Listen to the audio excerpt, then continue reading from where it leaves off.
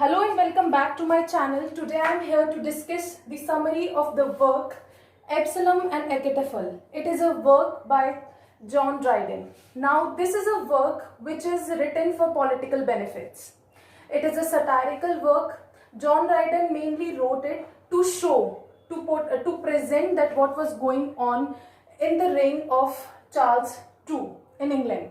There was political instability in the reign of Charles II after his restoration. That's why Charles II requested John Dryden to write a satirical work, or means a work to present the political conditions of that time, so that he can present that who were the royalists, who were the anti-royalists, and what were the anti-royalists doing. Now, to present that thing, he chose the biblical history, you can say biblical history of Absalom and Achitophel. Absalom, who to get the throne, he stood up against his father. He revolted against his father. So John Dryden basically took that biblical history and developed this whole work of Absalom and Achitophel. Now here the main characters are David. David, the king of Israel. He is the king of Israel. Now the place which was England is replaced by the place Israel. And in place of Charles II, the name David is taken. Absalom, who is the illegitimate son of David. Now David is married, he is happy with his wife, but he is quite sensual in his nature. He is having different mistresses, and as his queen was not able to produce a baby, he was a childless man, but he was having many illegitimate childs through his from his mistresses. Now Absalom here represents the Duke of Monmouth. He is very good in nature, he is very strong as well. Means he can be the successor of the throne, but as he is not legitimate, that's why he can't be the successor, means can't be his successor. Here Achitophel, he is the main anti-royalist who is against king. He represents the Earl of Shaftesbury. He is the one who planned to revolt against David or Charles II. Korah, Zimri. Now this Achitophel, Korah, Zimri and Shimei, these are four main anti-royalists who were against David, who just wanted to throw him down. Korah represents Titus Oates. Zimri is the Duke of Buckingham. Zimri is the son of Weaver who planned the popish plot. Shimei is the you can say sheriff, who is very wicked in nature, who is very miser also, who never pays his servant well, and is very much miser and very wicked also, who has not done anything good in his life. Now these are the anti-royalists. Achitophel is the one who plans the whole plot, and he thinks that if I want to revolt against this person, David, means Charles II, then I have to do something to persuade Absalom. Now Absalom is the one who loves his father very much, and same is the condition with David. He also loves Absalom very much because of his strength, power and intelligence. Now what happens, as he is illegitimate, so he decides James to be his successor. James belongs to Roman Catholic. He is Roman Catholic and they were Protestants. Now this very person and these anti-royalists don't want James, a Roman Catholic, to be on the throne. So that's why they are planning these whole things. He persuades Absalom and says that you are very nice, he gives four main reasons.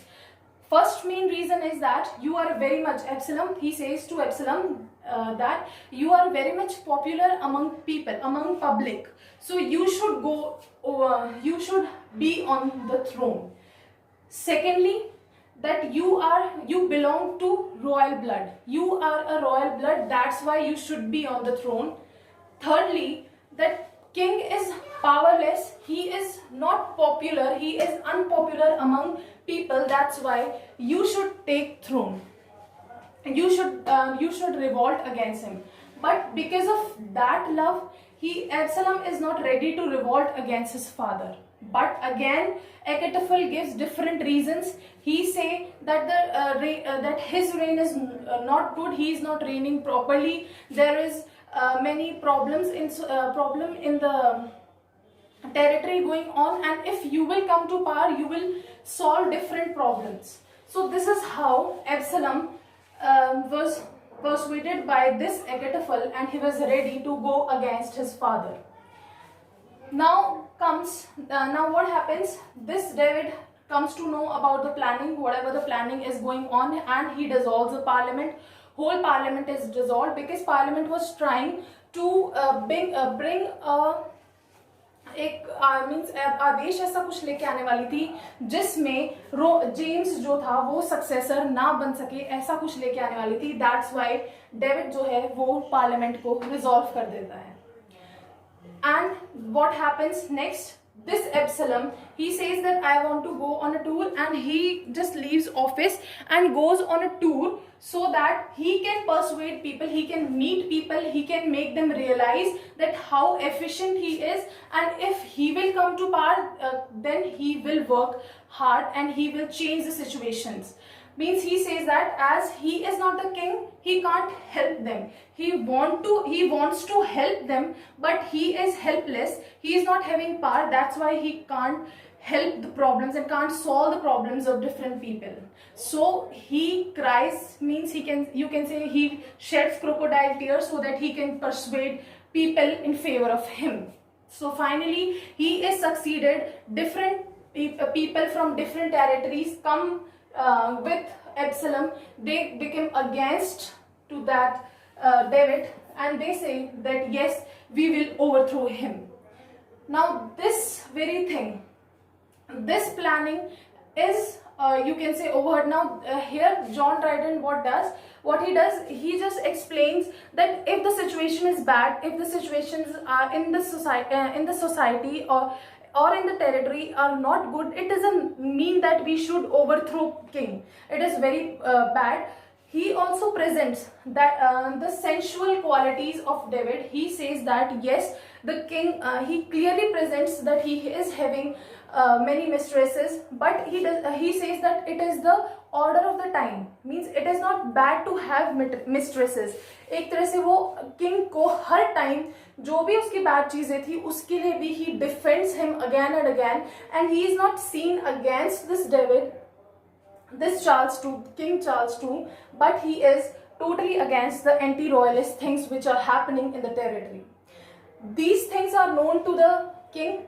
As he comes to know, he finally organizes a meeting, you can say, and when it was going to be soon going to be revolt, he takes up a meeting, and with firmness, this firmness of king takes this firmness of king is brought up by these royalists. These are the royalists. These are the royalist groups who were ready to die for king. They were very, very keen supporters of this Charles II, and that's why he was able to do the firm decisions, to take the firm decisions during the revolt.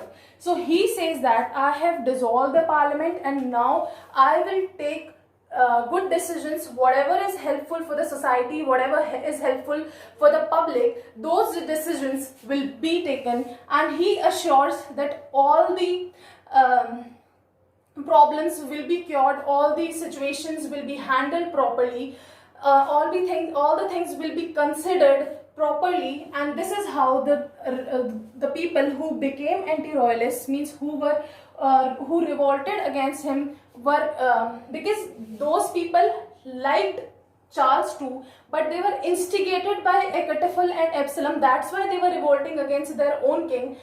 So they are cooled down, they are happy, and finally on a happy note where Charles II or David is able to be on the throne, on that note this particular work ends. Now this is a work which was published in 1681, and this is a satirical work in which he has satired hardly on the anti-royalists who were against king, and he has written it in a epic form. Means this satire is very much different from other satires. It is not just a simple satire. We cannot call this work a simple satire. It is very different from all the satirical works, and he has written in heroic form, this heroic and epic form, in which a king is there, in which some people who are against him are there, and such situations, such heroic deeds can happen in the course of the work. So these are the possibilities which John Dryden had taken and had written this work. Now this was all about this Absalom and Achitophel. It's very famous and enjoying work. I hope the whole summary is clear to you all. Thank you for listening to me. Please share, subscribe and like my video. Thank you.